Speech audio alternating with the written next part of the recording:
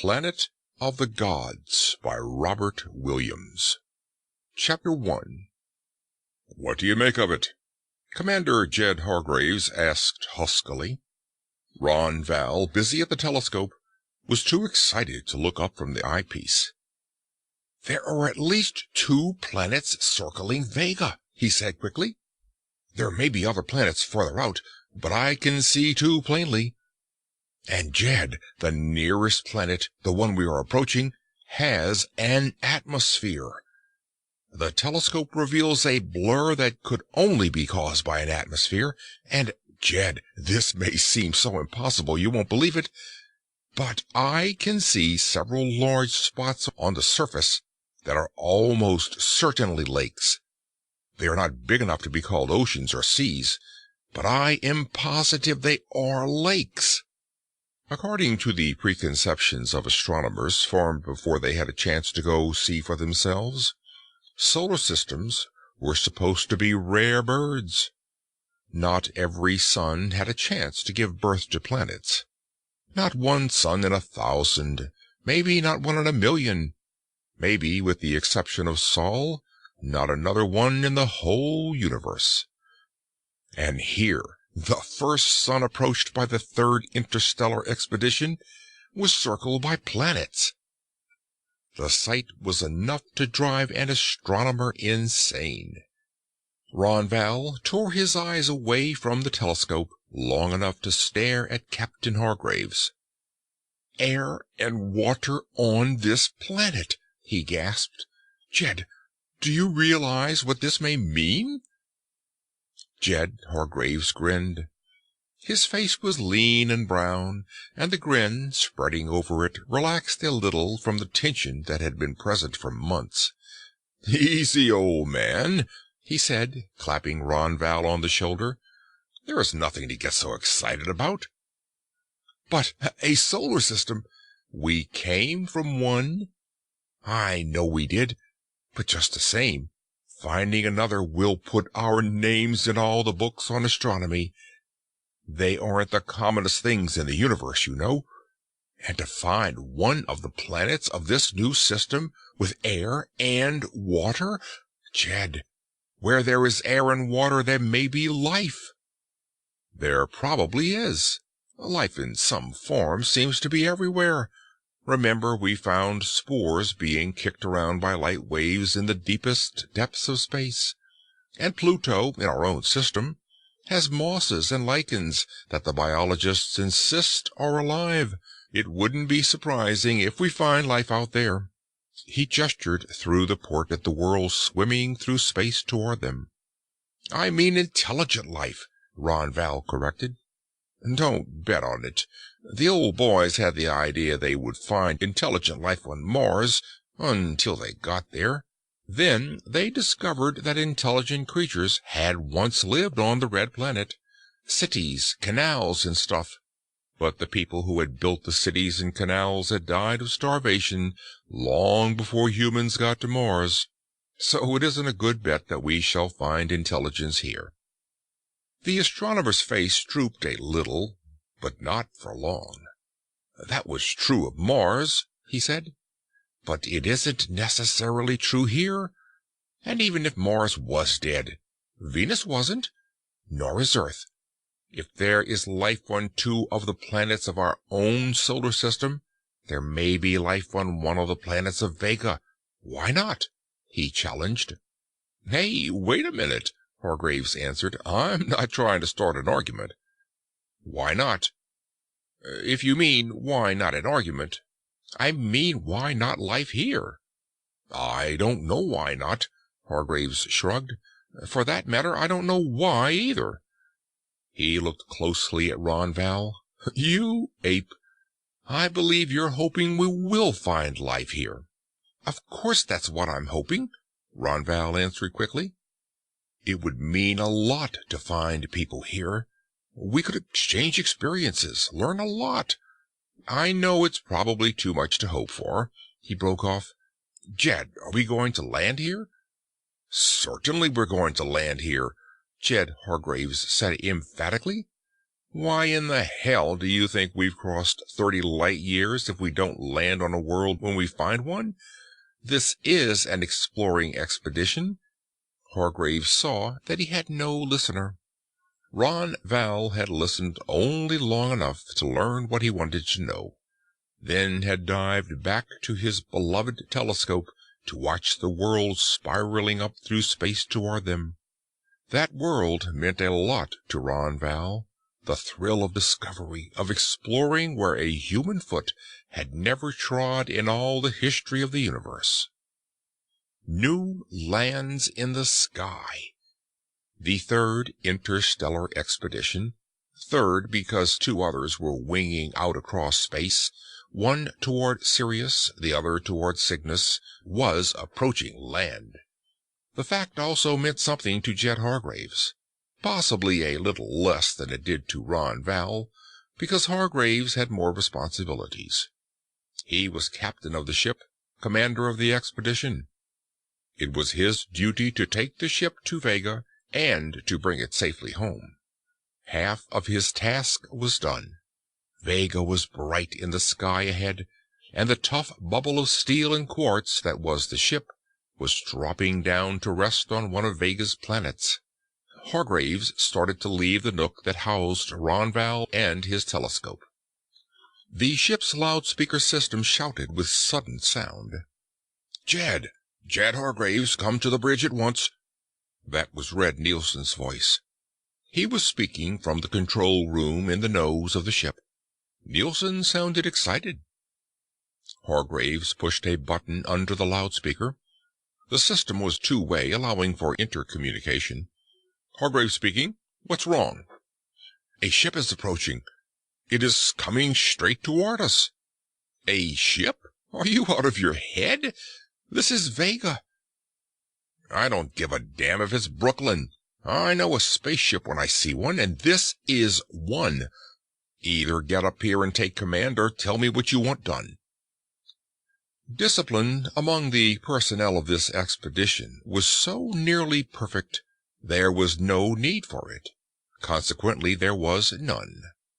Before leaving Earth, skilled mental analysts had aided in the selection of this crew, and had welded it together so artfully that it thought, acted, and functioned as a unit. Jed Hargraves was captain, but he had never heard the word spoken, and never wanted to hear it. No one had ever put Sir after his name, nor had anyone ever questioned an order after it was given. Violent argument there might be before an order was given, with Hargraves filtering the pros and cons through his rigidly logical mind, but the instant he reached a decision, the argument stopped. He was one of the crew, and the crew knew it. The crew was one with him, and he knew it. He might question Nielsen's facts once in surprise, but not twice. If Nielsen said a ship was approaching, a ship was approaching. "I'm coming." Hargraves rapped into the mic. "Turn full power into the defense screen. Warn the engine room to be ready for an emergency. Sound the call to stations, and Red, hold us away from this planet." Almost before he had finished speaking, a siren was wailing through the ship. Although he had used the microphone in the nook that housed the telescope, Ron Val had been so interested in the world they were approaching that he had not heard the captain's orders. He heard the siren. "What is it, Jed?" Hargraves didn't have time to explain. He was diving out the door and racing toward the bridge in the nose of the ship. "Come on!" he flung back over his shoulder at Ron Val. "Your post is at the 4 negatron." Ron Val took one despairing glance at his telescope, then followed the commander. As he ran toward the control room, Hargraves heard the ship begin to radiate a new tempo of sound. The siren was dying into silence, its warning task finished. Other sounds were taking its place. From the engine room in the stern was coming a spiteful hiss, like steam escaping under great pressure from a tiny vent valve. That was the twin atomics loading up building up the inconceivable pressures they would feed to the Kruchek drivers. A slight rumble went through the ship, a rumble seemingly radiated from every molecule, from every atom in the vessel. It was radiated from every molecule. That rumble came from the Kruchek drivers warping the ship in response to the controls on the bridge. Bill Kruchek's going faster than hell engines, engineers called them. A fellow by the name of Bill Kruchek had invented them. When Bill Kruchek's going faster than hell drivers dug their toes into the lattice of space and put brawny shoulders behind every molecule within the field they generated, a ship within that field went faster than light. The Kruchek drivers, given the juice they needed in such tremendous quantities, took you from hell to yonder in a mighty hurry. They had been idling, drifting the ship slowly in toward the planet. Now, in response to an impulse from Nielsen on the bridge, they grumbled and hunched mighty shoulders for the load, preparing to hurl the ship away from the planet. Hargraves could feel the vessel surge in response to the speed. Then there was a distant thud, and he could feel the surge no longer.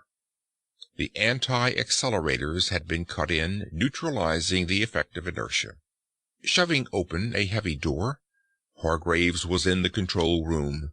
A glance showed him Nielsen on the bridge. Leaning over, his fingers on the bank of buttons that controlled the ship, he was peering through the heavy quartzite observation port at something approaching from the right. Behind him, on his right, a man was standing ready at the radio panel, and to the left of the bridge 2 men had already jerked the covers from the negatron and were standing ready beside it. Ron Val leaped past Hargraves, dived for a seat on the negatron. That was his post.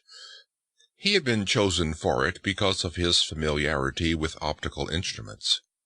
Along the top of the negatron was a sighting telescope. Ron Val looked once to see where the man on the bridge was looking.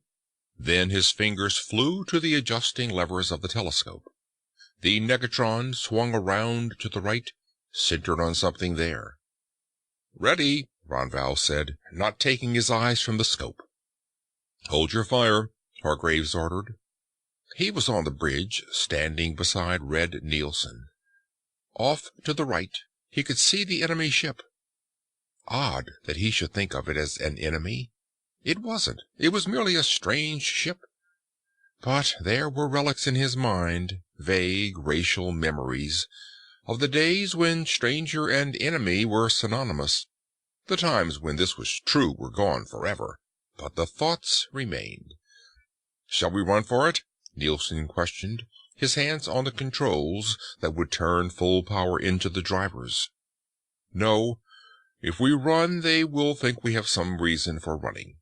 That might be all they would need to conclude we were up to no good. Is the defense screen on full power?" "Yes." Nielsen pushed the lever again to be sure. "I'm giving it all it will take." Hargraves could barely see the screen out there a half-mile from the ship. It was twinkling dimly as it swept up cosmic dust. The oncoming ship had been a dot in the sky. Now it was a round ball. "Try them on the radio," Hargraves said. "They probably won't understand us, but at least they'll know we're trying to communicate with them."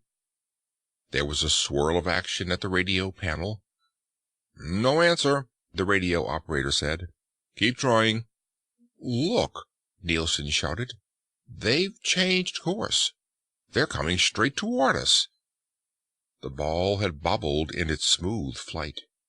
As though caught in the attraction of a magnet, it was coming straight toward them.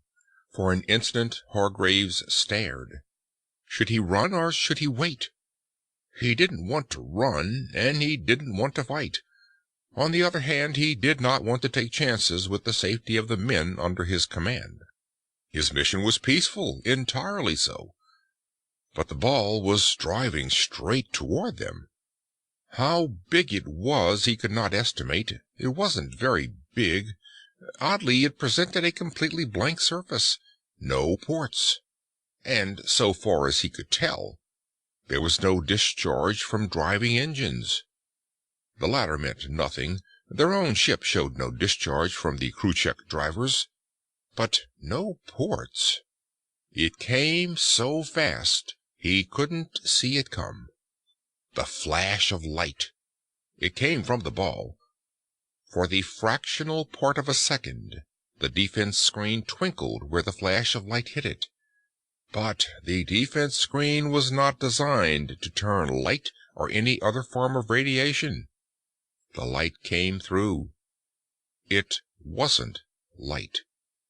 It carried a component of visible radiation, but it wasn't light. The beam struck the ship. Clang!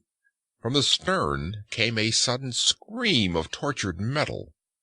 The ship rocked, careened, tried to spin on its axis. On the control panels, a dozen red lights flashed, winked off, winked on again. Heavy thuds echoed through the vessel, emergency compartments closing. Hargrave hesitated no longer.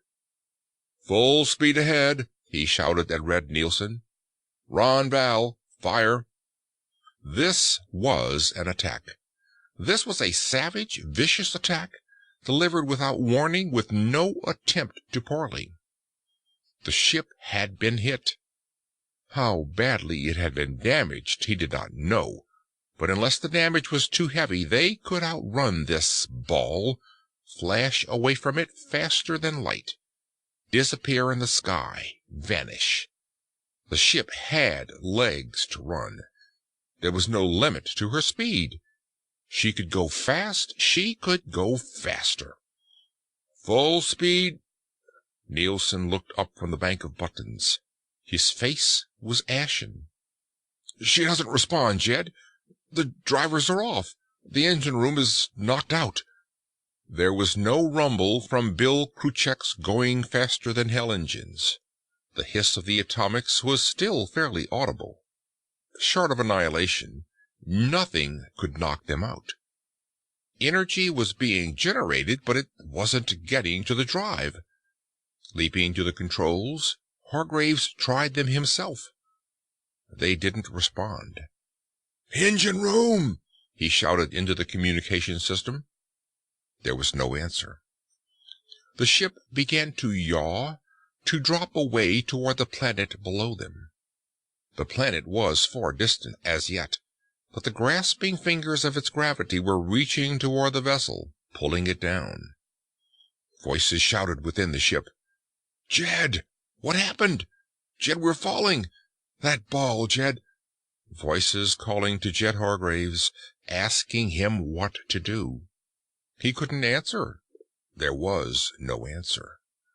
There was only the ball. It was the answer. Through the observation port, he could see the circular ship. It was getting ready to attack again. The sphere was moving leisurely towards its already crippled prey, getting ready to deliver the final stroke. It would answer all the questions of this crew, answer them unmistakably. It leered at them. Wham! The ship vibrated to a sudden gust of sound. Something lashed out from the vessel. Hargraves did not see it go, because it too went faster than the eye could follow, but he knew what it was. The sound told him. He saw the hole appear in the sphere, a round hole that opened inward, dust puffed outward. Wham! Wham! Wham! The negatron! The blood brother of the defense screen, its energies concentrated into a pencil of radiation. Faster than anyone could see it happen, 3 more holes appeared in the sphere, driving through its outer shell, punching into the machinery at its heart. The sphere shuddered under the impact. It turned. Light spewed out, beaming viciously into this alien sky without direction. Smoke boiled from the ball. Turning, it seemed to roll along the sky. It looked like a huge burning snowball rolling down some vast hill. Ronval lifted a white face from the sighting scope of the negatron. Did I get him?" "I'll say you did," Hargraves heard somebody shout exultantly. He was surprised to discover his own voice was doing the shouting. The sphere was finished, done for. It was out of the fight, rolling down the vast hill of the sky. It was smash on the planet below. They were following it. There was still no answer from the engine room. "Spacesuits," Hargraves ordered. "Nielsen, you stay here. Ronval, you others, come with me."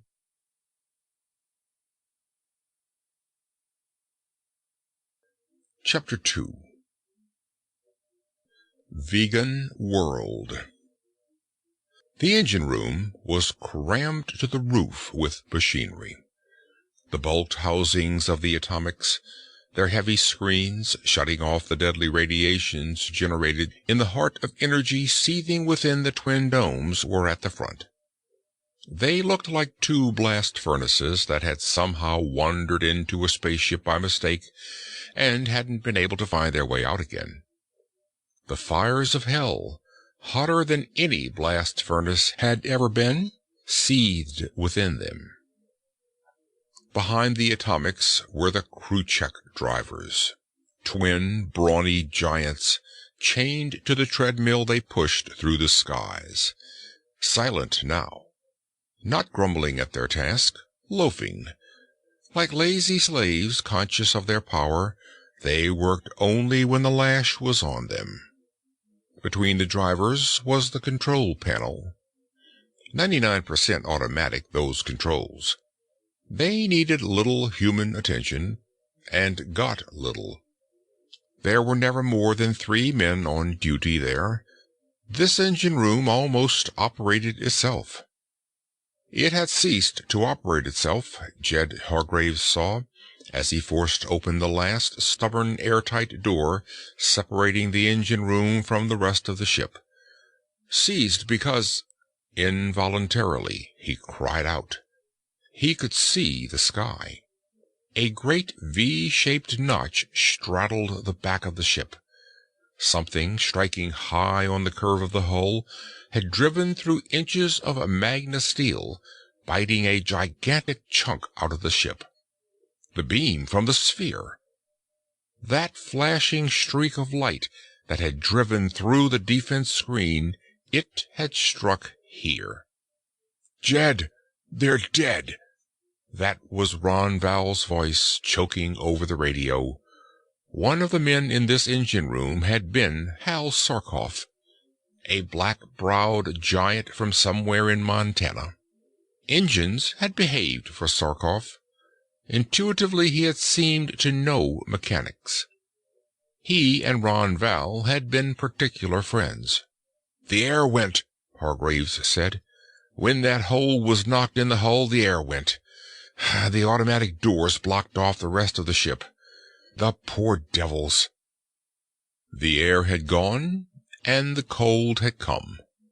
He could see Sarkoff's body lying beside one of the drivers. The 2 other men were across the room.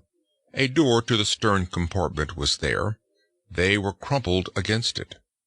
Hargrave winced with pain. He should have ordered everyone into spacesuits. The instant Nielsen reported the approach of the sphere, Hargraves should have shouted "Spacesuits" into the mic. He hadn't. The receiver in his spacesuit crisped with sound.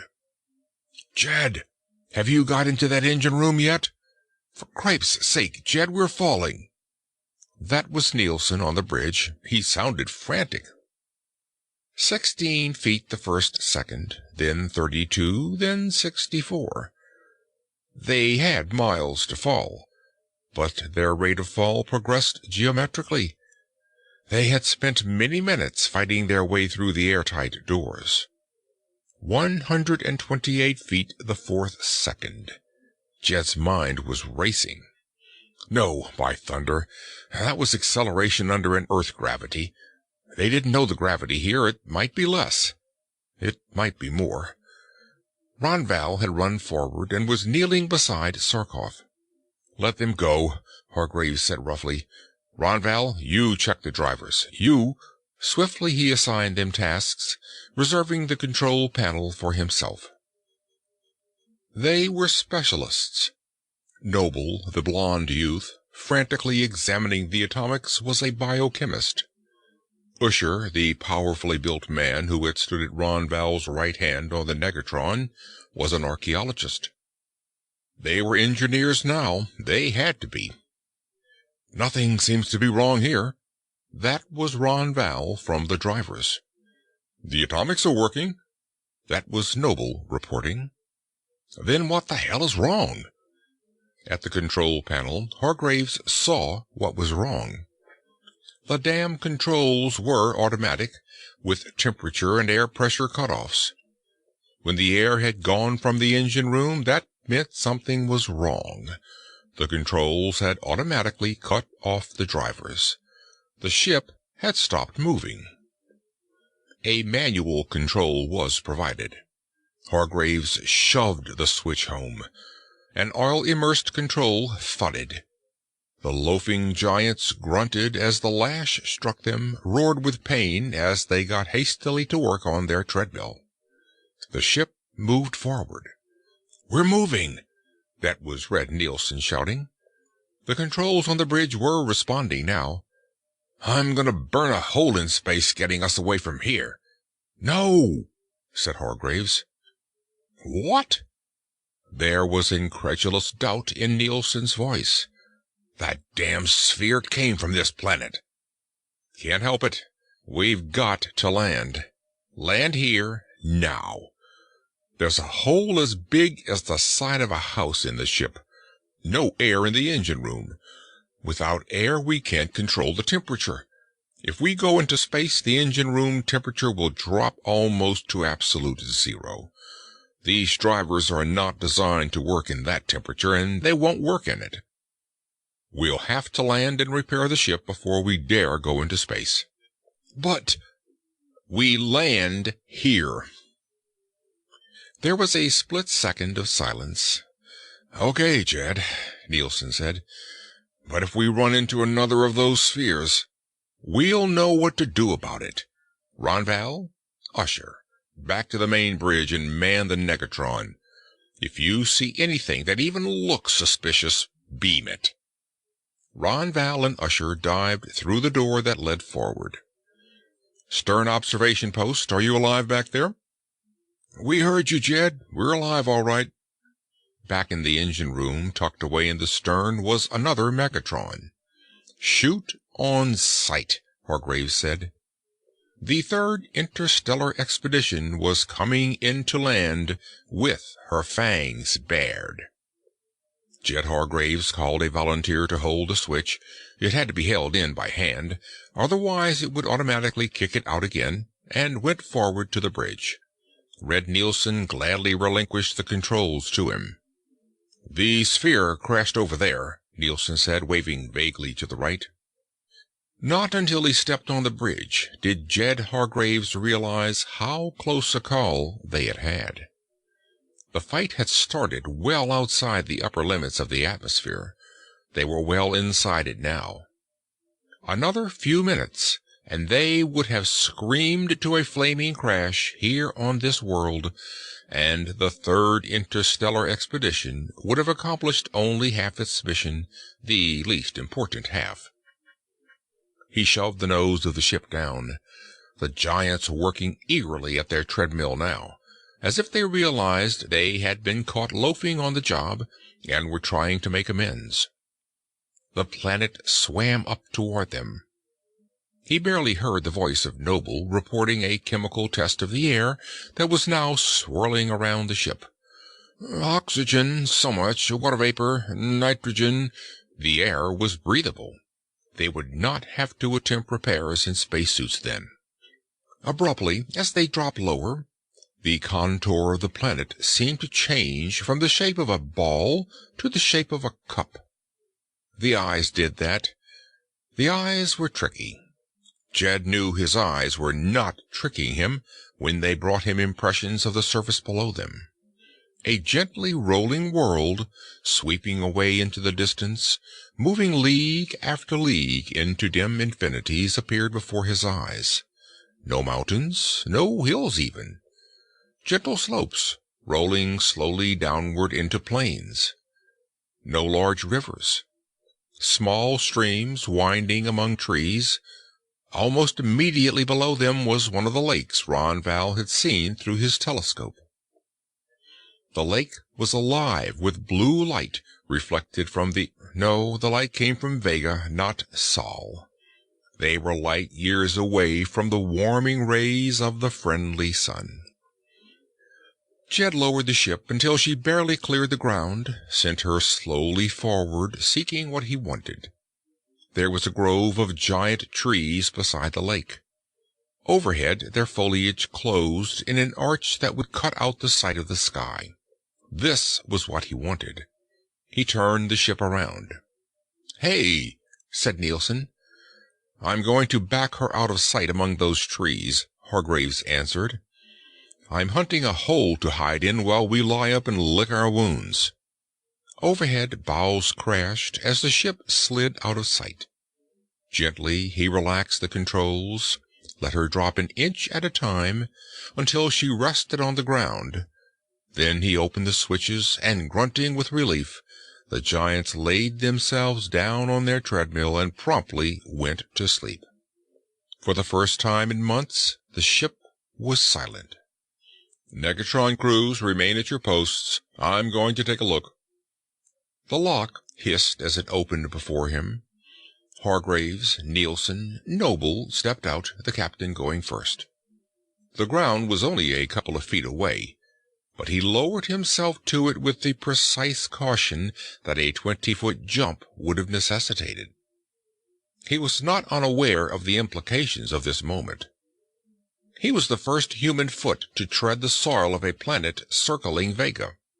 The great-grandchildren of his great-grandchildren would tell their sons about this.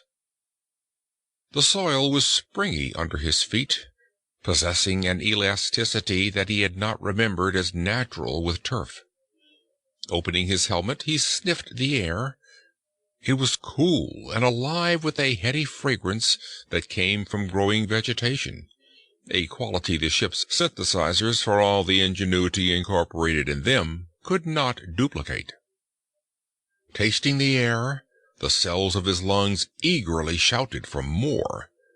He sucked it in, and the tensions that kept his body all steel springs and whipcord relaxed a little. A breeze stirred among the trees. "Sweet Pete!" he gasped. "That's what I was trying to tell you as we landed," Nielsen said. "This is not a forest. This is a grove. These trees didn't just grow here in straight, orderly lines. They were planted. We're hiding in what may be the equivalent of somebody's apple orchard." The trees were giants. 20 feet through at the butt, they rose 100 feet into the air. Diminishing in the distance, they moved in regular rows down to the shore of the lake, forming a pleasant grove miles in extent. A reddish fruit, not unlike apples, grew on them. If this was an orchard, where was the owner?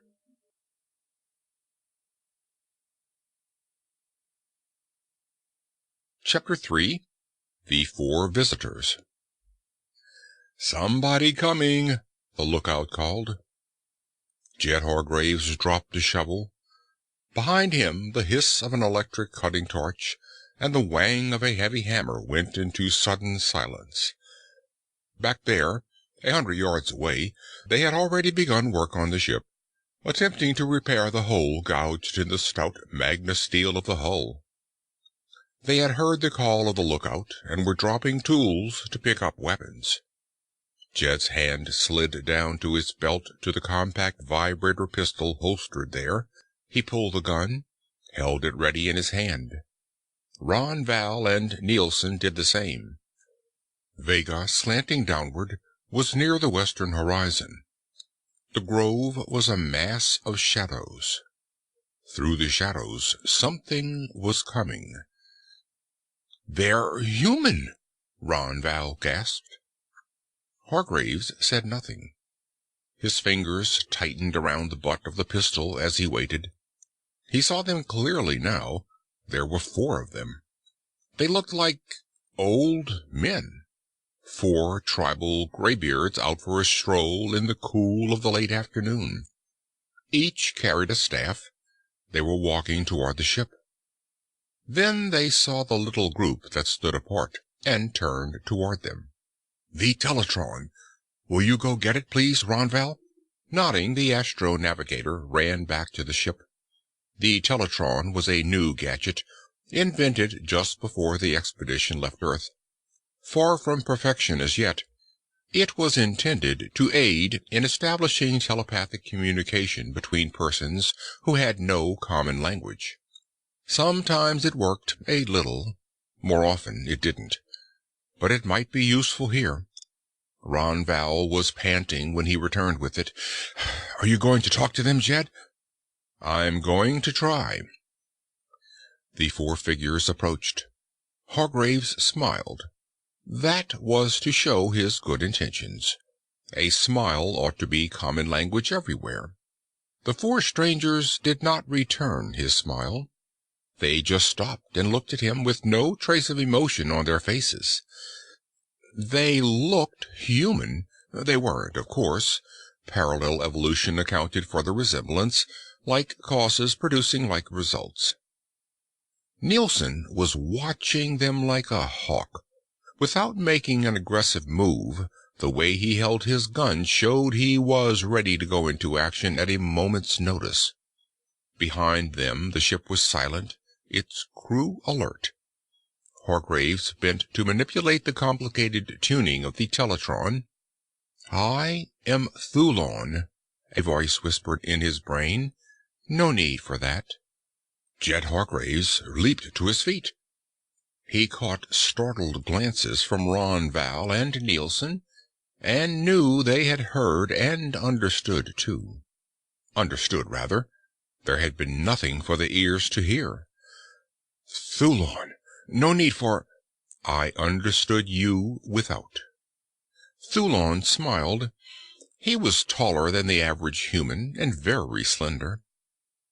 "We are natural telepaths, so there is no need to use your instrument."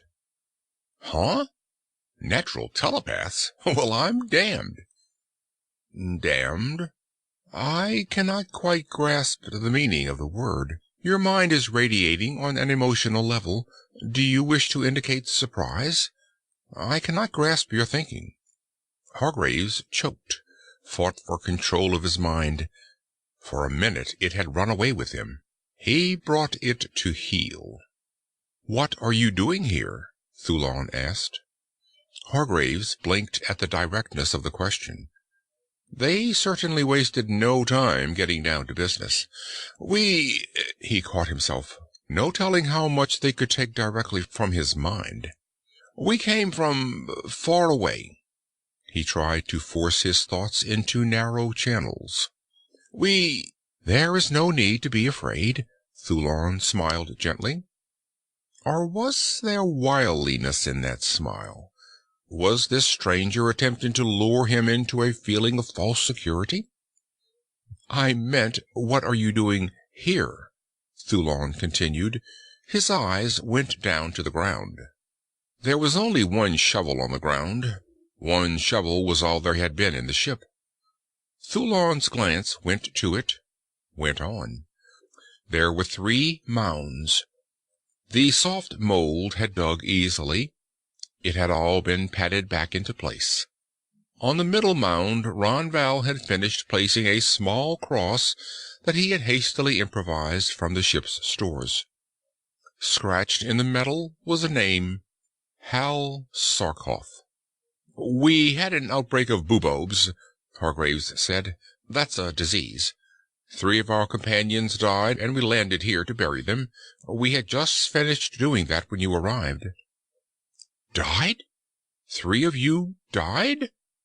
And you hid them under these mounds?" Yes, of course. There was nothing else we could— You are going to leave them here in the ground? Certainly. Hargraves was wondering if this method of disposing of the dead violated some tribal taboo of this people. Different races disposed of their dead in different ways. He did not know the customs of the inhabitants of this world. If we have offended against your customs, we are sorry. No, there was no offense. Thulon blanketed his thoughts.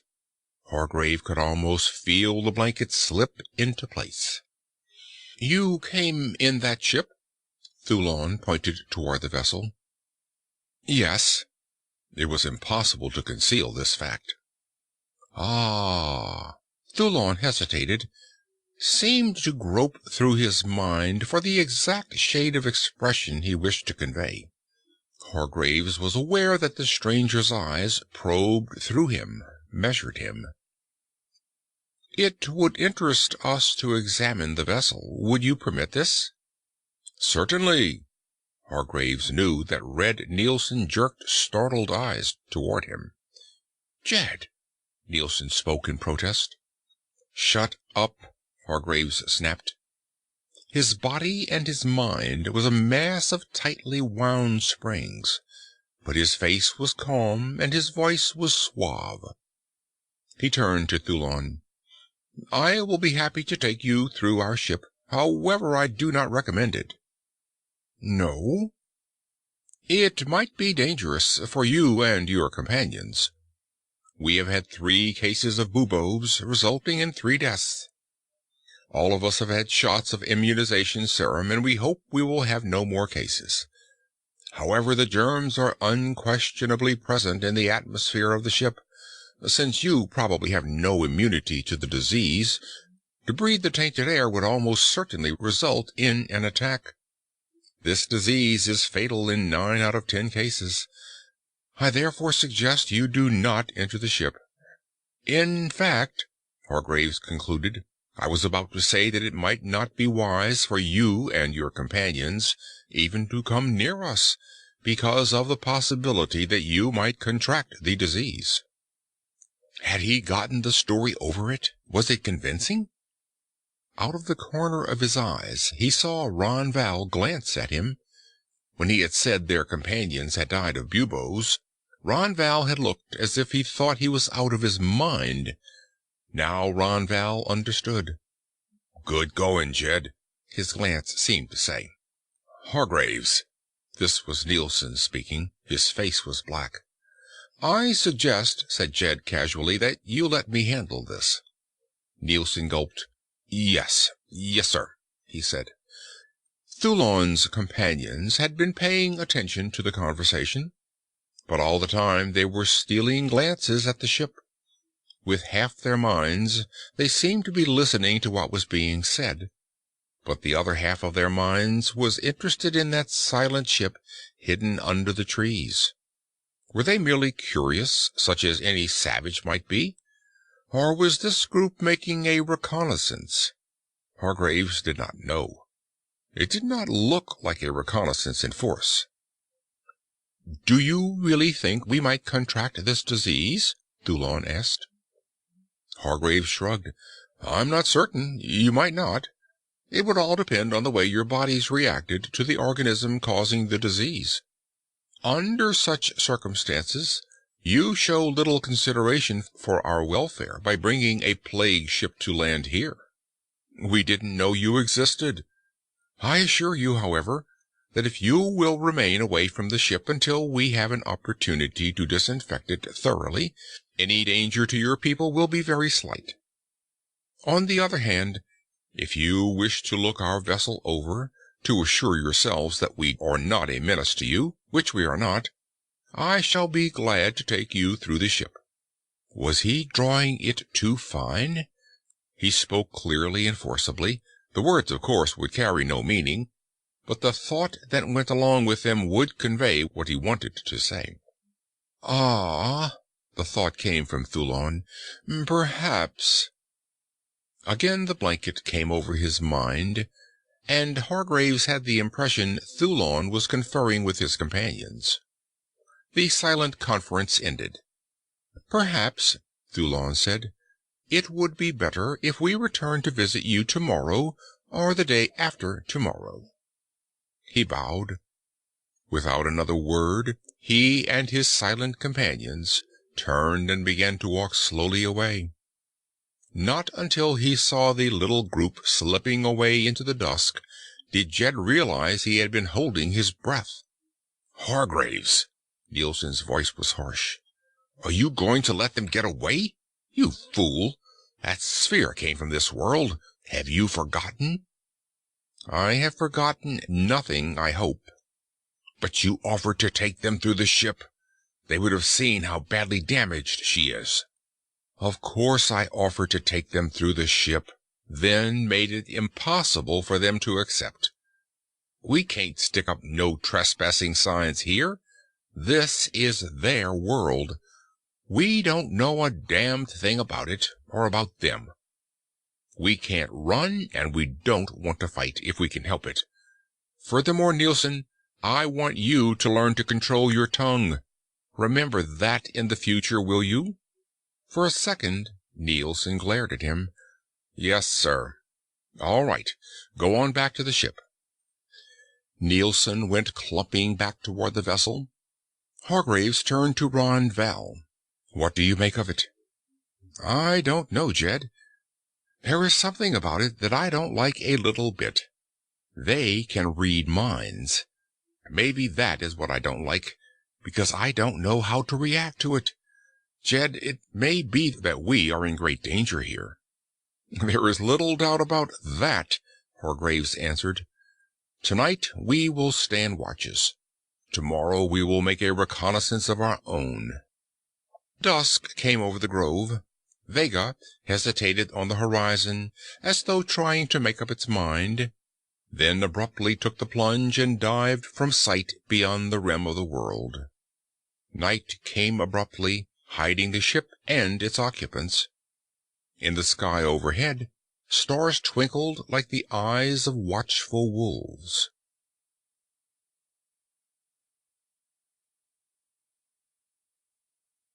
Chapter 4. The Monster. They blacked out the ship before they moved it, carefully covering each port with paper, then showing no lights. Hargraves handled the controls himself, slowly turning current into the drivers so their grunting would not reveal what was happening. "Are we going to take her up high for tonight?" Usher, the archaeologist, asked. "She will fly all right as long as we stay in the atmosphere. We would be safer up high, it seems to me." "Safer from ground attack, yes," Hargraves said thoughtfully. "However, I'm afraid we would be more exposed to attack from a ship. Oh, that damn sphere. I had forgotten about it." Hargraves moved the ship less than a mile, carefully hid her among the trees. Then he posted guards outside all the ports. He took the first watch himself in the control room. Ron Val was waiting for him there. The astro-navigator's face was grave. "Jed," he said, "I've been talking to several of the fellows. They don't believe you are taking a sufficiently realistic view of our situation. They don't believe you are facing the facts." What facts have I been evading?" "You apparently don't realize that it will take months, if it can be done at all, to repair the damage to the ship." Hargraves settled deep into his chair. He looked at the astro-navigator. Ron Val wasn't angry, nor was he mutinous. He wasn't challenging authority, he was just scared. "Ron," he said, "according to the agreement under which we sailed, any time the majority of the members of this expedition wants a new captain, they can have him." "It isn't that." "I know. You fellows are scared. Hell's bells, man. What do you think I am?" Ron Val's eyes popped open. "Jed, are you? You don't show it. You don't seem even to appreciate the spot we're in." Hargraves slowly lit a cigarette. The fingers holding the tiny lighter did not shake. If I had been the type to show it, do you think I would have been selected to head this expedition? No, but because I haven't made an official announcement that we may not be able to repair the ship. You seem to think I don't realize the fact. I know how big a hole has been ripped in our hull. I know the ship is made of magna steel, the toughest, hardest, most beautiful metal yet invented. I know the odds are we can't repair the hole in the hull. We don't have the metal. We don't have the tools to work it. I know these things.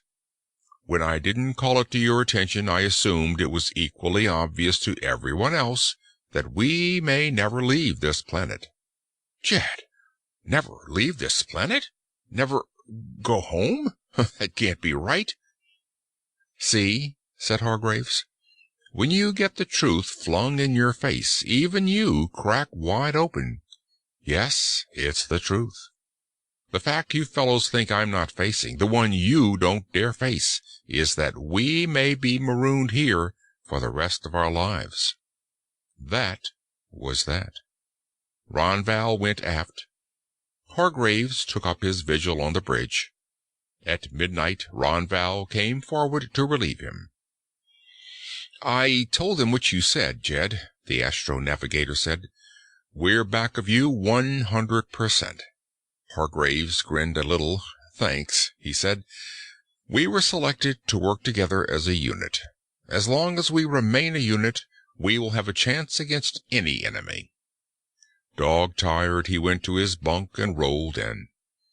It seemed to him he had barely closed his eyes before a hand grabbed him by the shoulder, and a shaken voice shouted in his ear, "Jed, wake up!"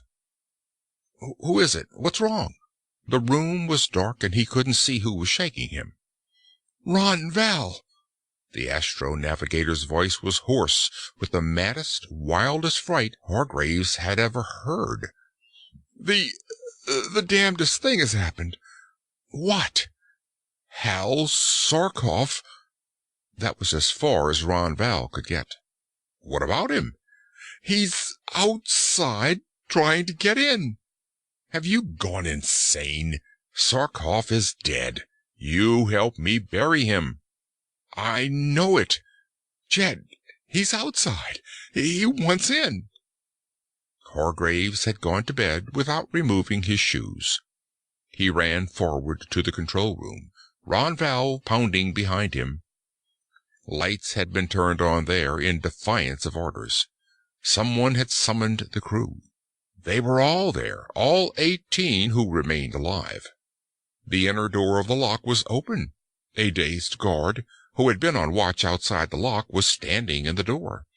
He had a pistol in his hand, but he looked as if he didn't know what to do with it. In the center of a group of men too frightened to move was a black-haired, rugged giant. Sarkoff! Hargraves gasped. The giant's head turned until his gaze was centered on the captain. You moved the ship, he said accusingly. I had the damnedest time finding it in the dark. What did you move the ship for, Jed? If some super-magician had cast a spell over the little group, he could not have produced a more complete stasis. No one moved. No one seemed to breathe. All motion, all action, all thinking has stopped. Sarkoff's face went from face to face. What the heck is the matter with you guys? He demanded. Am I poison or something? He seemed bewildered. Where are the others? Ronval stammered. What others? What the heck are you talking about, Ron? Nevins and Reese.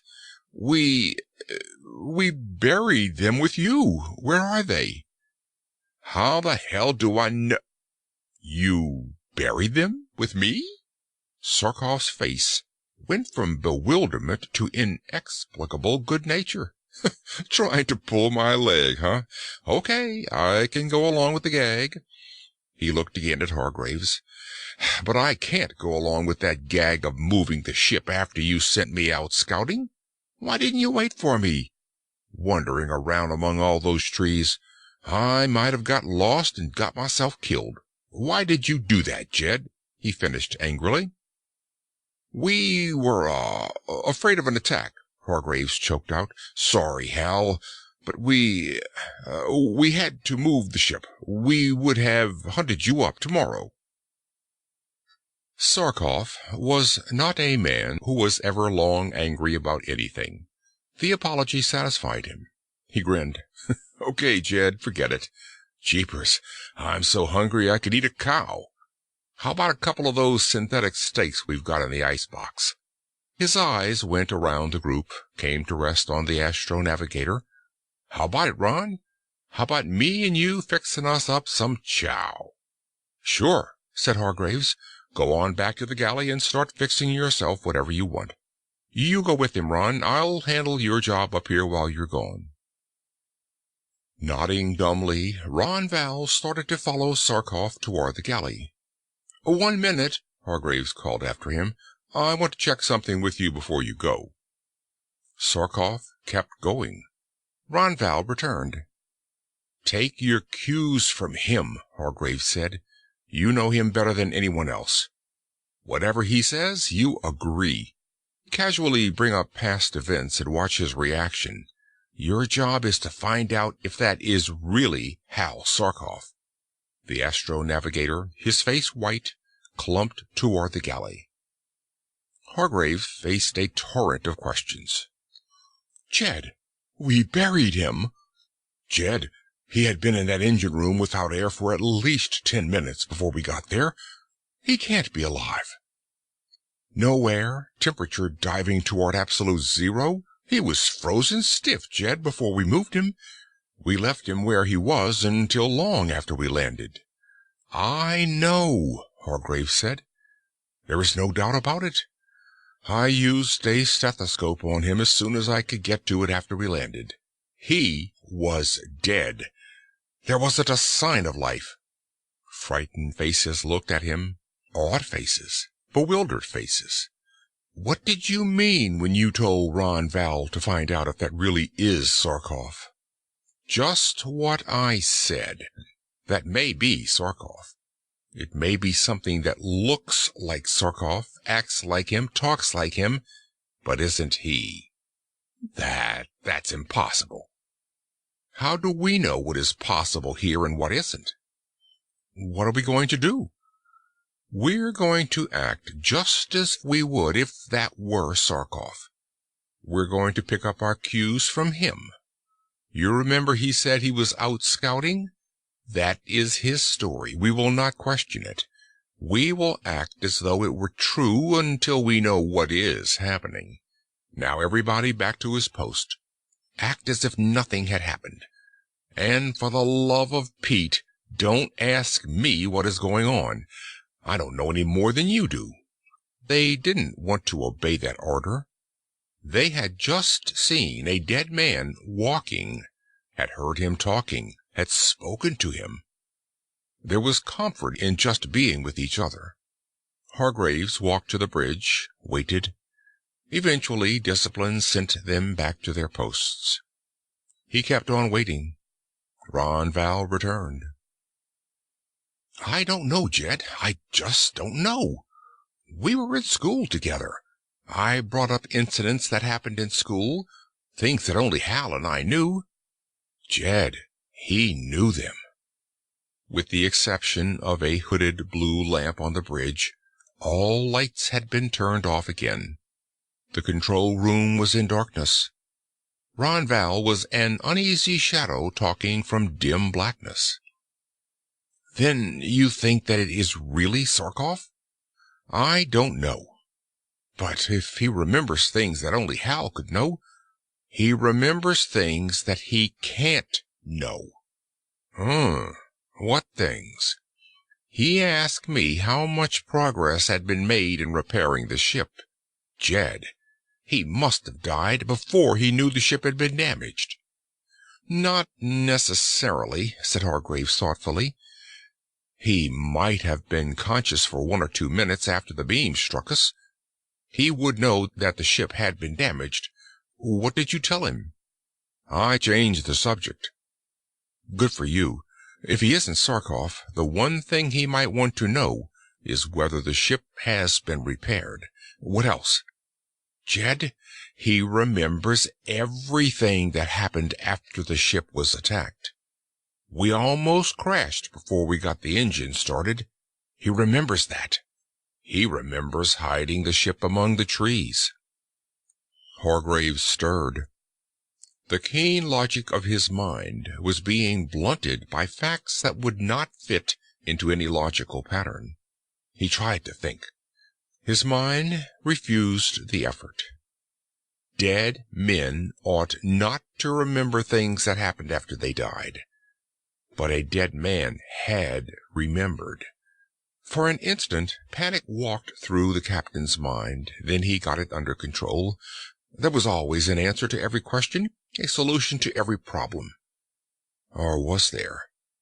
He went hunting facts. Does he remember being buried? Even in the darkness, he could feel Ron Val shiver. No, Ron Val said. He doesn't remember. Just as soon as we landed, he thinks you sent him out to scout the surrounding territory for possible enemies. Does he know that we had visitors in his absence? No, or if he does, he didn't mention it, and I didn't ask. He says he was returning when he saw the ship being moved. He says he tried to follow, but lost it in the darkness. He said he had the devil's own time finding it again, and he's still hot about being left behind. Again, Hargraves had to fight the panic in his mind. This much seemed obvious. Sarkov's memory was accurate until the ship landed. Then it went into fantasy, into error. If one thing was certain, he had not been sent out to scout for enemies. If there was another fact that was immutable, he had been buried. "Where is he now?" Hargraves asked abruptly. "In the bunk, snoring. He ate enough for 2 men, yawned, and said he was sleepy. He was sound asleep almost as soon as he touched the blankets." Ron Val's voice relapsed into silence. The whole ship was silent. "Jed, what are we going to do?" "You bunk with him, don't you?" "Yes. Jed, you don't mean—" Hargraves cleared his throat. "This is not an order. You don't have to do it if you don't want to. But Sarkov must be watched.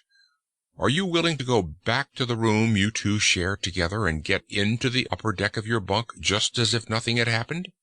"Yes," said Ron Val.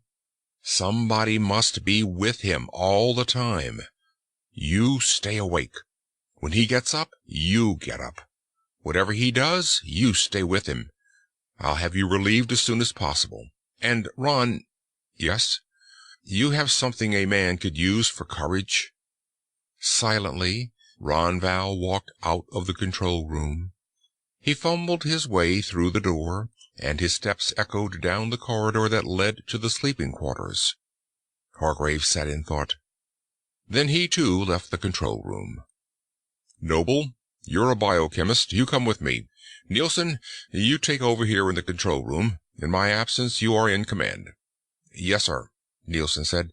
"But what are you going to do?" "See what is in a grave we dug yesterday," Hargraves answered.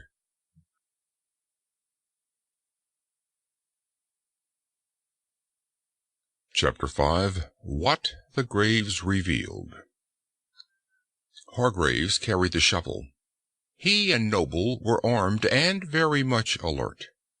"When you ask me if it is chemically possible for a man, or an animal, to freeze, die, be buried, then rise again and live, I cannot answer," Noble said. "So far as I know, it is not possible. The physical act of freezing will involve tremendous and seemingly irreversible changes in the body's cells.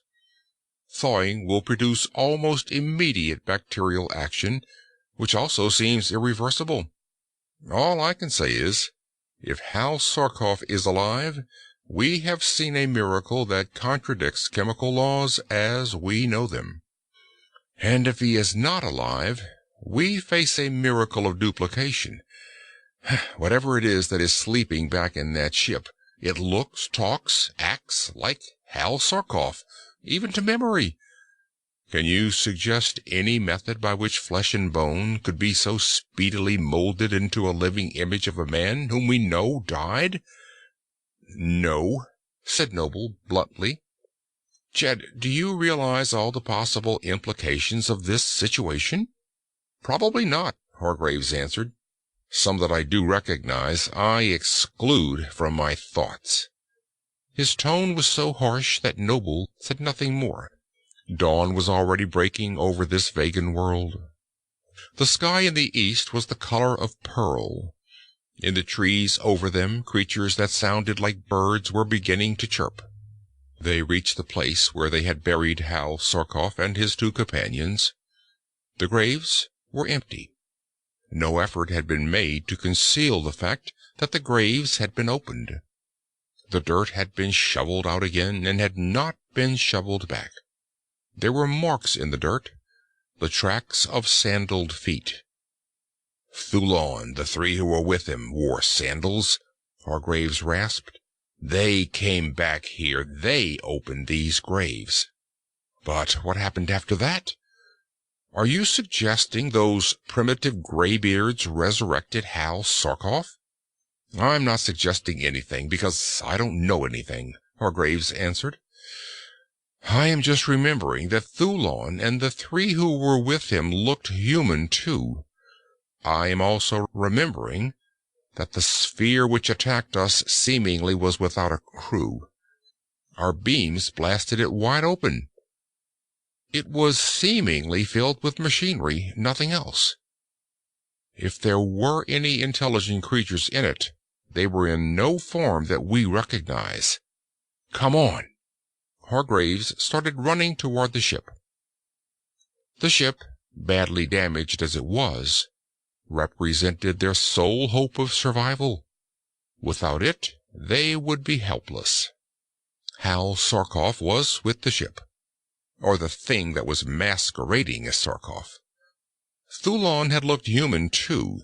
Possibly Sarkoff and his two dead comrades had been removed from their graves in order to make possible a perfect duplication of their bodies, the probing of cell structure, both body and brain. Perhaps the things that lurked here on this world could read memories from dead minds. That might be the explanation of Sarkoff's memory. The important fact was that Sarkoff's body was not in its grave. Where so much was unknown, this was one indisputable fact. The thing that was on the ship must be placed not only under heavy guard, but in a cage from which escape was impossible. Then an examination could begin. There was evil on this world. The trees, the vegetation, the ground under his racing feet was evil. In his calmer moments, Jed Hargraves would have said that evil was another word for danger. He wasn't calm now. The panic he had been rigidly excluding from his mind had burst the dam he had built before it. He could feel danger in the air. It was in the dawn, in the light of the sky. It was everywhere. He and his companions were aliens on this world, and the planet was striking at them, striving to eliminate them, contriving to destroy them. He heard it before he saw it. Something was grunting in the air. Above the tops of the trees, something was grunting. He needed seconds to recognize the sound. Then he recognized it, and jerked himself to a halt, his eyes wildly probing upward. He saw it. The ship. The grunting roar had come from the crew check drivers, fighting the gravity of the planet. The ship had taken off without them. Had Nielsen gone mad? Had he seen danger approaching and jumped the ship into the sky to escape it? "Wait! Nielsen, pick us up!" The ship flew on. Gaining speed, it passed over their heads. They caught another glimpse of it as it passed over an opening in the branches of the trees. Then it was gone, the throb of the drivers dying quickly away. "Nielsen will come back for us." Noble's voice, usually poised and assured, was garbled. "He'll return and pick us up. He won't leave us here." He had some reason for taking off, Hargraves heard himself saying. "He'll come back. He has to." Subconsciously, he knew that this, at the very best, was wishful thinking. The ship had no more than vanished until another sound came to their ears, that of men shouting. A group came into sight among the trees, following along the ground the course the ship had taken through the air. "They're our fellows," Hargraves heard Noble gasp. "What happened?" the captain demanded as the group approached. Nielsen was in the lead. There was a bruise on his cheek, and his right eye was already beginning to turn black. "I'll tell you what happened," he said savagely. "Sarkoff and Ron Val took over the ship. That's what happened." "Ron Val?" "That's what I said. Ron Val was helping him. They pulled guns. Before we knew what was happening, they had herded us together and were shoving us outside. I tried to stop it, and Sarkoff took a poke at me." "It wasn't really Sarkoff, then?" Noble whispered. "Any damn fool would have known that," Nielsen answered. He spoke to the biochemist, but his eyes were on Hargraves. "I'm going to repeat that, so there won't be any misunderstanding of my meaning. Any damned fool would have known that a dead man doesn't get up out of his grave and come to life again. Except you, Hargraves. You always were a sucker for fairy stories." Jed Hargraves winced with every word that was spoken. They kept on coming. "You ought to have known that thing wasn't Hal Sarkoff. Any man in his right senses would have known it instantly. Any man fit to command would have taken measures to meet the situation, either by destroying that thing or locking it up. But you were running things, Hargraves. You were in charge, and you had to sit back and think before you would act. You had to make sure you were right before you went ahead. Your negligence, Hargraves, cost us our only chance of ever returning home." Nielsen's voice was harsh with anger, and Hargraves recognized the bitter truth. Every word Nielsen uttered was correct. Whatever the thing was that had come to the ship, he should have recognized it as a source of danger. He had so recognized it, but he had not acted. "Shut up," Nielsen snapped. "According to our agreement, any time you are shown to be unfit to command, you may be removed by a vote of the majority. There is no question but that you have shown yourself unfit to be in charge of this expedition." No time was wasted in reaching a decision. To Nielsen's question as to whether Hargraves should be removed from command, there was a chorus of ayes. "No," said one voice. It was Usher, the archaeologist. "State your objection," Nielsen rasped. "The old one about changing horses in midstream," the archaeologist answered. "Also the old one about not jumping to conclusions before all the evidence is in." "What evidence isn't in?" "We don't know why Ron Val joined Sarkoff," the archaeologist answered. "What difference does that make?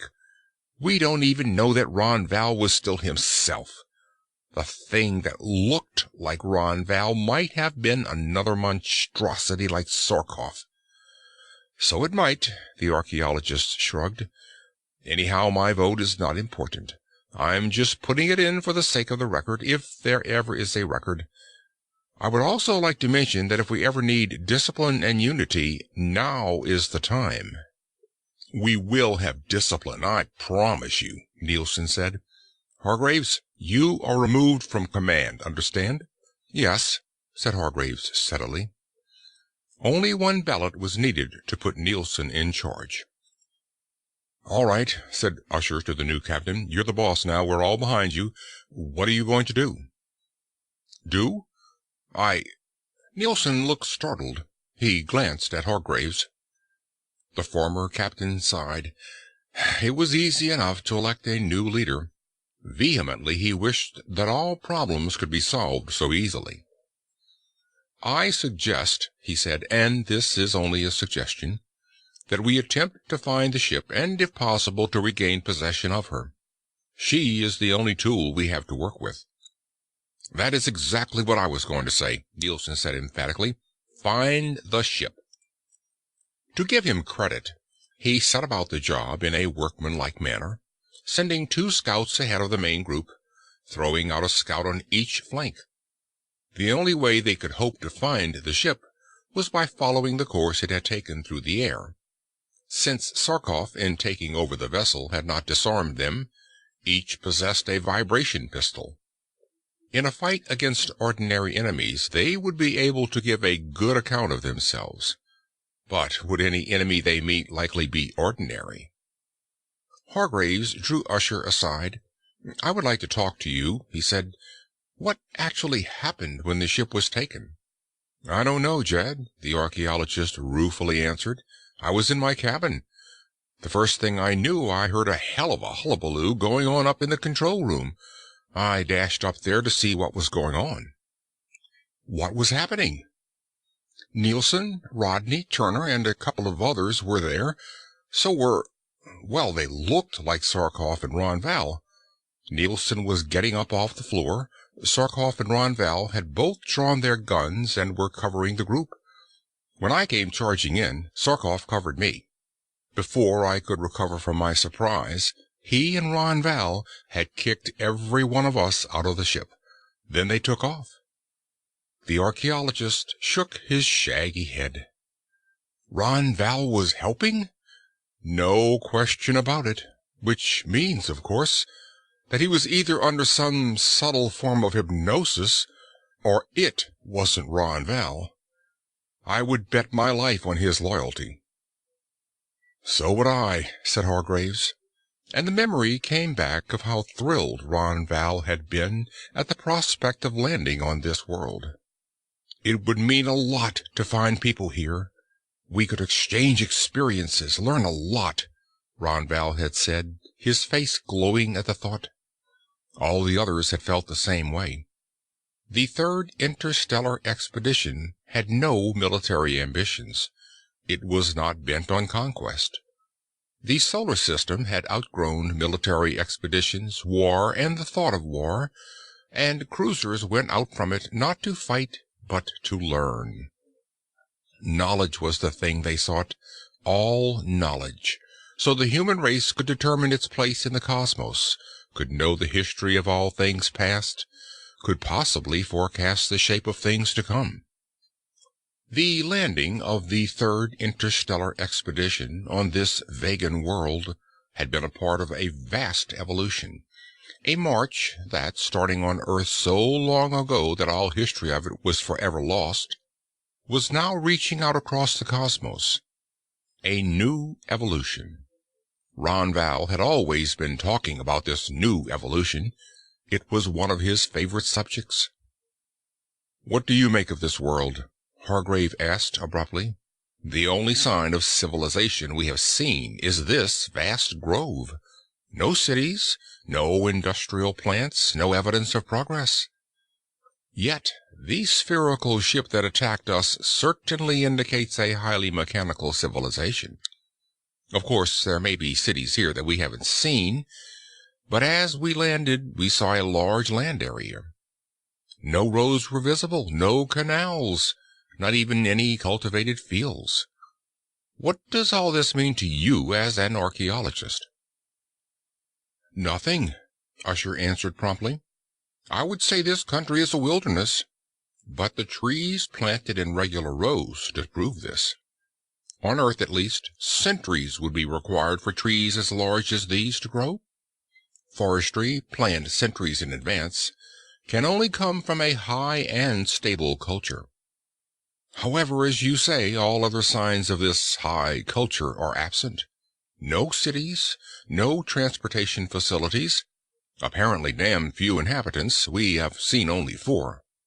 All civilizations with which we are familiar move through recognized stages. First, the nomadic stage, which involves tending flocks and herds. Then comes the tilling of the soil, in which farming is the principal occupation of most of the people. After that, with industrialization, we have cities develop. If there is another stage, we have not reached it on Earth. Do you think they might have reached the final stage here?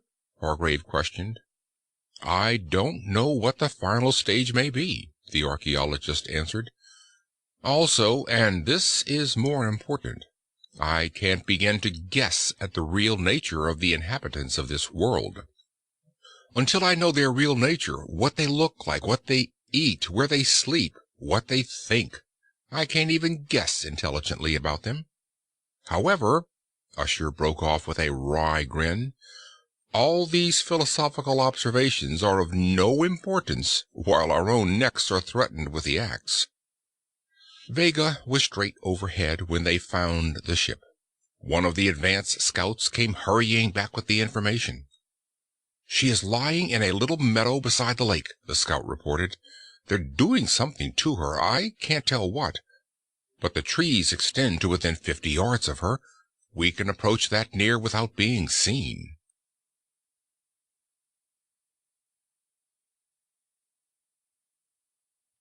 Chapter 6. The Capture of the Ship.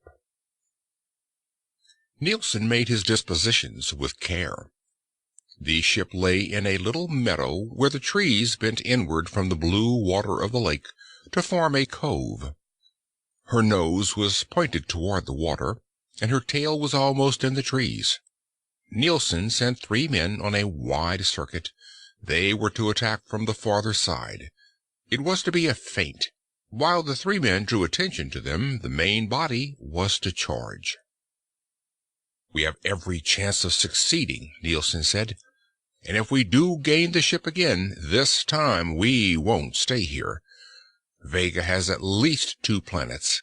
The ship will fly to the other one without repairs. You should have thought of that, Hargraves. There are a lot of things I should have thought of and didn't, Hargraves answered. There was no animosity in his tone. What I would like to know is what they are doing there beside the ship. Thulon and his 3 companions were visible beside the vessel. They were busily engaged in setting up a device of some kind. Others of their species had joined them until there were possibly 30 or 40 present. Through the gaping hole in the hull, still others could be seen peering out. What they were doing Hargraves could not discern. Odd, said Usher beside him. What is? It is odd that they should still seem to be human in form, the archaeologist answered. Ah, perhaps there is the reason. Both locks were open. The thing that looked like Hal Sarkoff had just emerged from the nearest one. He went directly to the main group.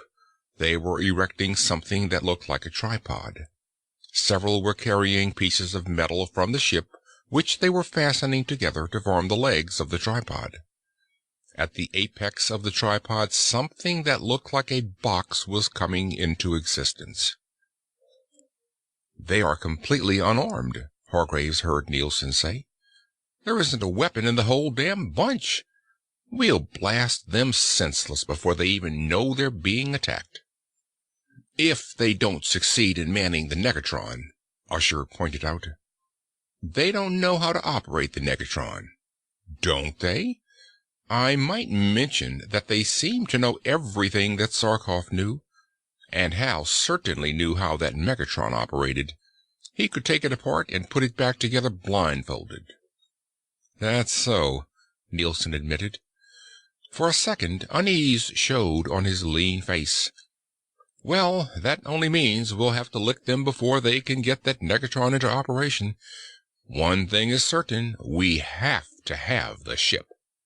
You're right on that score, Usher grimly said. Seconds ticked away into minutes.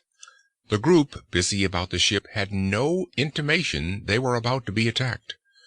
They were careless to the point of foolhardiness. No sentries had been posted, no effort had been made to hide the vessel. What are they really? Hargraves thought. He wondered if they were some strange form of water-dwelling life that lived in the lakes of this planet. Perhaps that was what they were. Perhaps the transition from the fish to the mammal had never been made on this planet, the fish form developing keen intelligence. Certainly there was intelligence on this world, but it seemed to be an intelligence humans could not comprehend. The signal for the attack sounded. Fierce shouts came from the other side of the ship. The shouters were hidden, but there was no mistaking the sounds. They came from human throats. "Give 'em hell, boys! Tear 'em to pieces!" The harsh throbbing of vibration pistols split the quiet air. "Steady," Nielsen said. "Wait until they go to see what's happening." The group busy around the ship raised startled faces from their task. They seemed to listen.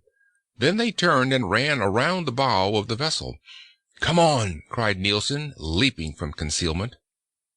There wasn't a person left in sight to oppose them. 50 yards to cross. 50 yards to the ship. 50 yards to a fighting chance for life.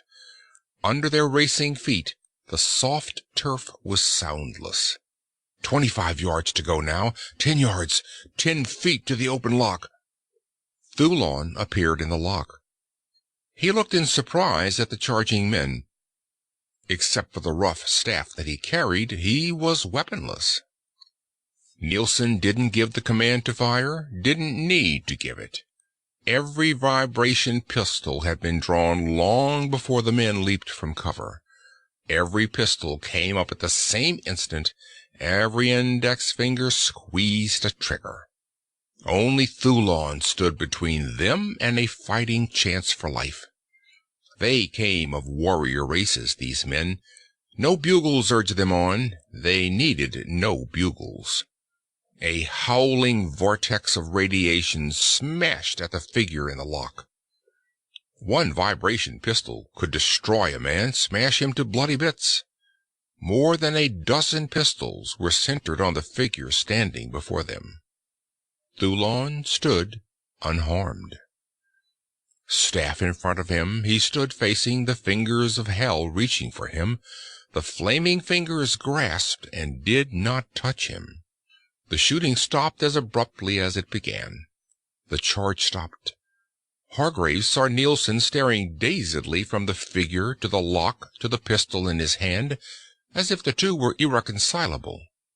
The pistol ought to have destroyed Thulon. It hadn't destroyed him. For a mad moment, Hargraves felt sorry for the new captain. He, too, had run headlong into a logical impossibility. All sounds were suddenly stilled, all shouting stopped, all noises died away. Around the bow of the ship, Hal Sarkoff came running. He saw the group and looked bewildered. "Hey, how did you guys get here?" "Blast him," Nielsen said, centering his pistol on his new target. From the staff in Thulon's hand came a soft tinkle, a bell-like sound. Nothing seemed to happen, but Nielsen staggered as if he had been hit a sharp blow.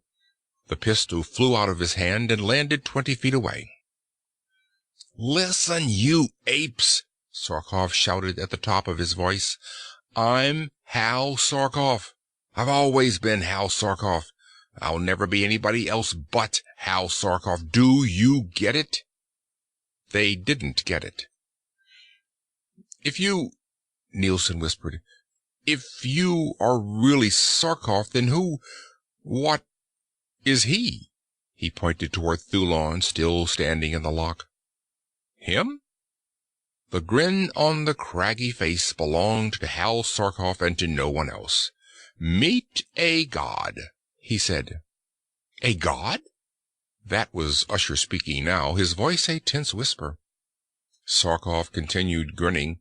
"Well, he resurrected me when I was deader than hell. I guess that makes him a god."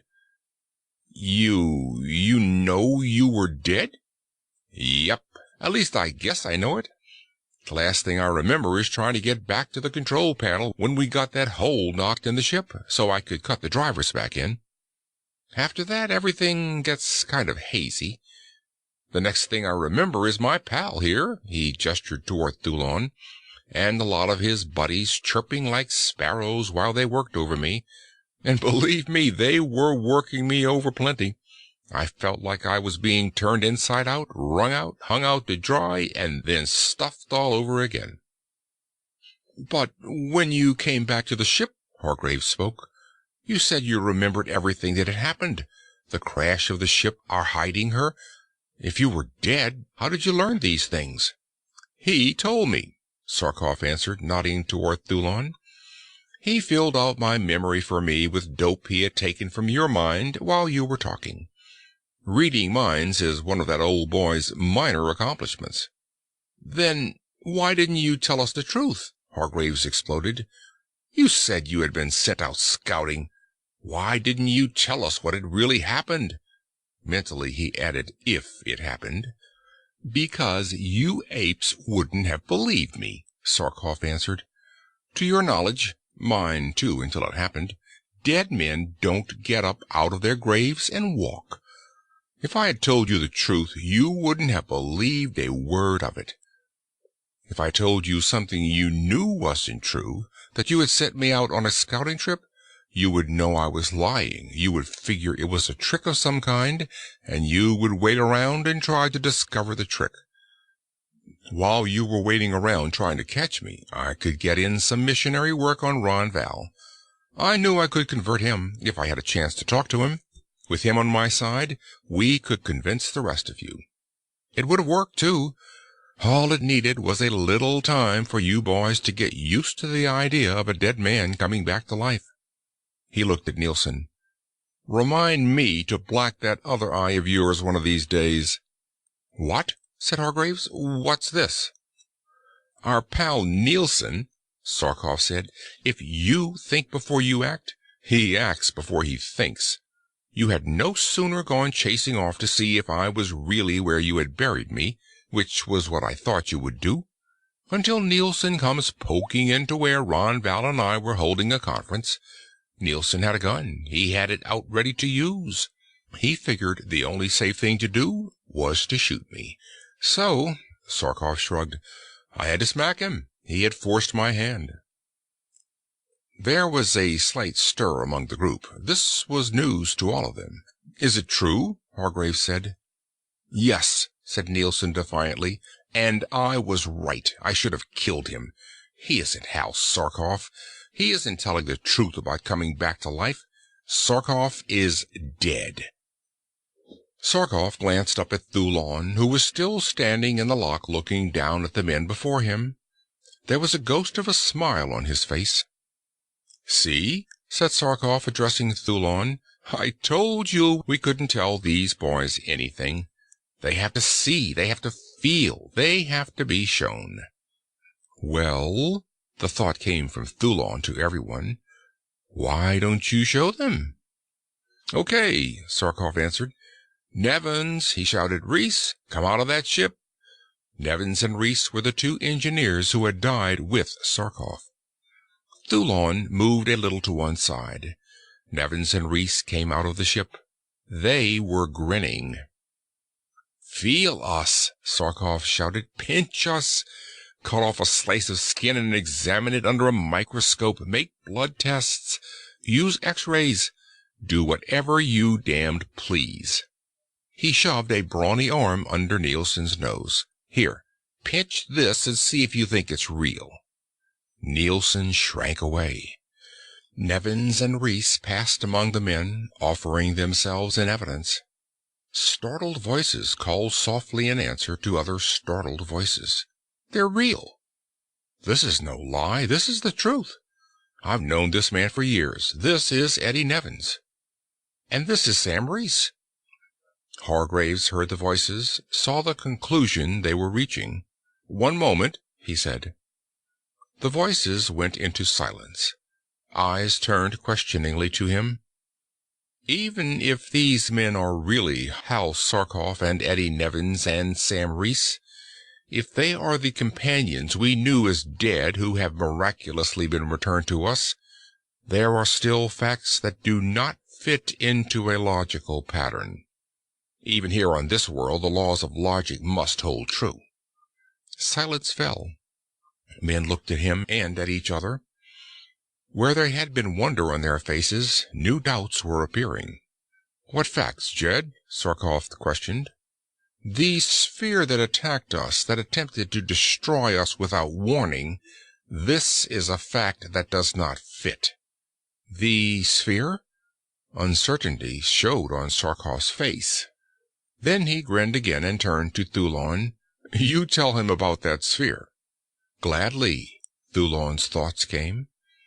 "As you know, Vega has 2 planets. Long ago we were at war with the inhabitants of this other planet. Part of our defenses around our own planet were floating fortresses. The war is done, but we have left guards in the sky to protect us if we are attacked. The sphere that attacked you was one of our automatic forts which we left in the sky." "Ah," said Hargraves. The cold logic of his mind sought a pattern that would include fortresses in the sky. Presuming war between 2 planets, such fortresses were logical, but the construction of such a sphere indicates vast technical knowledge, tremendous workshops. I have seen no laboratories and no industrial centers that could produce such a fortress.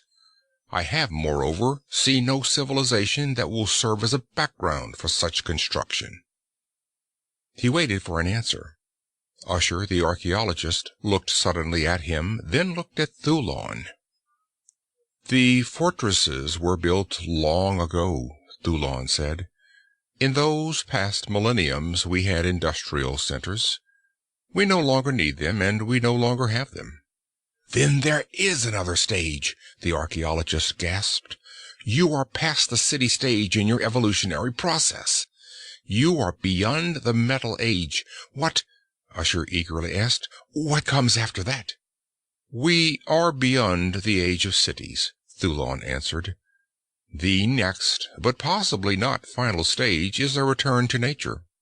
We live in the groves and the fields, beside the lakes, under the trees. We need no protection from the elements because we are in unison with them. There are no enemies on this world, no dangers, almost no death. In your thinking, you can only describe us as gods. Our activities are almost entirely mental.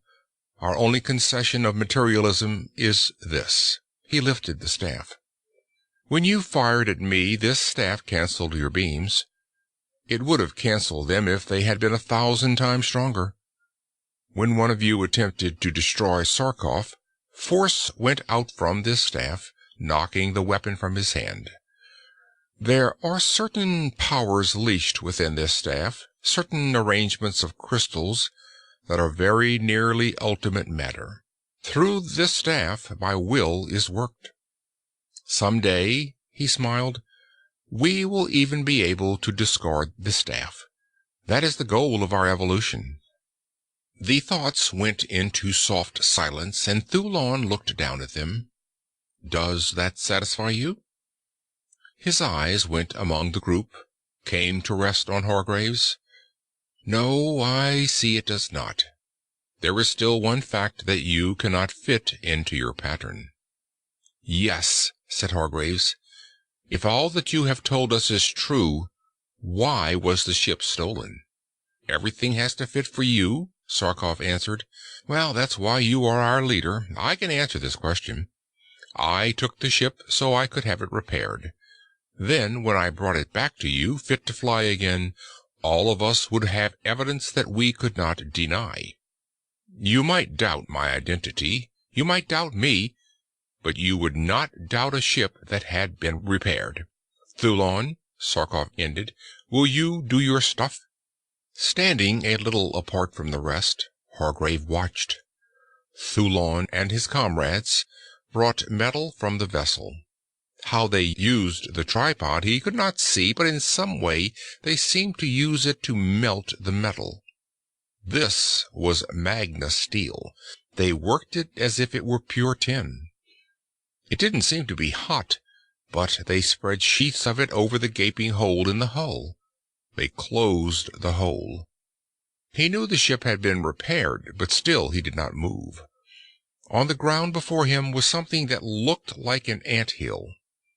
He watched this, his mind reaching out and grasping a bigger problem. The ants, he could see, were swarming. Nielsen detached himself from the group at the ship and came to him. "Jed," he said hesitatingly. "What?" "Jed, what Hal said about me attacking him was right. I thought he wasn't Sarkoff. I thought I was doing what was right." "I don't doubt you," Hargraves answered. His mind was not on what Nielsen was saying. "Jed?" "Huh?" "Jed, what is it?" "Jed, will you take over command again?" The words came fast. Huh? Take over command? Don't you like the job?" Nielsen shivered. "No, I'm not ready for it yet. Jed, will you take it over, please?" "Huh? Oh, sure, if that is what the fellows want. They want it. So do I." "Okay, then." Hargraves was scarcely aware that Nielsen had left, nor did he notice Ron Val approaching. "Jed?" "Huh?" "Jed, I've been talking to Thulon." The astro-navigator's voice was trembling with excitement. "Jed, do you know that Thulon and his people belong to our race?" "What?" The startled captain gasped. "Oh, damn it, Ron Val, you're dreaming again." It would be a wonderful dream come true, Hargraves knew, if it was true. The human race had kinfolks in the universe. Man did not stand alone. There was something breathtaking in the very thought of it. "Thulon says the tests he ran on Hal Sarkoff proved it. He says his people sent out exploring expeditions long ago, just like we are doing, only the groups they sent out were more colonists than explorers. He says one of these groups landed on Earth, and that we are the descendants of that group, sons of colonists come back to the mother world after uncounted centuries of absence." Ron Val was babbling. The words were tumbling over each other on his lips. "Oh, hell, Ron Val, it doesn't fit," Jed Hargraves said. "We can trace our evolutionary chain back to the fish in the seas." "Sure," Ron Val interrupted, "but we don't know that those fish came from the seas of Earth." "Huh?" Hargraves gasped. "Well, I'll be damned. I never thought of that possibility." He looked at the lakes dancing in the vacant sunshine. From these lakes, from these seas, had come the original fish-like creatures that eventually became human in form. The thought was startling. "The colonists landed on Earth thousands of years ago," Ron Val said. "Maybe they smashed their ship in landing, had to learn to live off the country. Maybe they forgot who they were in time. Jed, we have legends that we are the children of God. Maybe... Oh, Jed, Thulon says it's true." Hargrave hesitated, torn between doubt and longing. He looked down. On the ground in front of him the ants were still swarming. Hundreds of them were coming from the ant-hill and were flying off. There were thousands of them. Eventually, in the recesses of this vast grove, there would be new colonies, which would swarm in their turn. He watched them flying away. The air was bright with the glint of their wings. He looked up. Thulon was coming toward them. Thulon was smiling. "Welcome home," his voice whispered in their minds. "Welcome home." Hargraves began to smile.